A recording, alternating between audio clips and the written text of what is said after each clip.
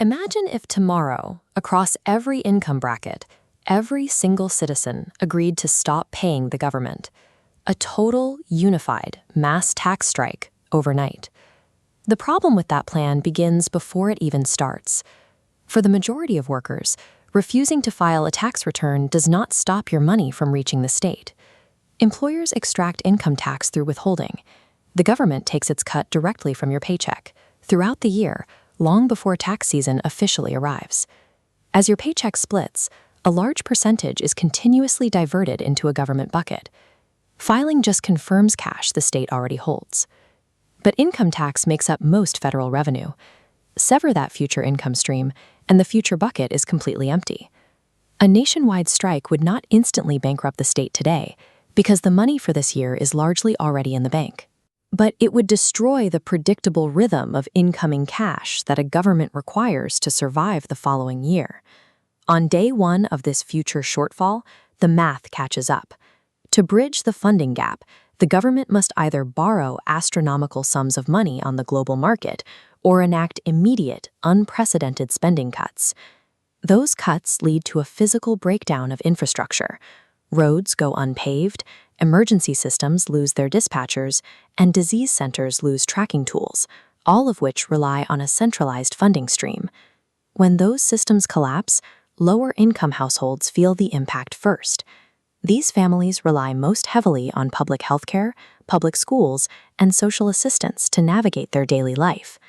Removing tax funding dismantles the structural floor beneath these vulnerable populations, removing their ability to absorb the economic blow through shared resources. If the government cannot borrow enough to cover the deficit and refuses to cut all spending, history points to a common response. The state simply prints more money to pay its bills. That triggers hyperinflation.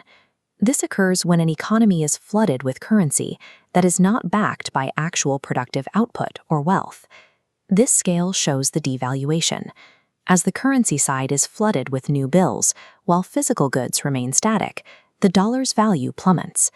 On this graph, everyday prices for food and gas spike violently upwards, while static savings accounts lose purchasing power almost overnight.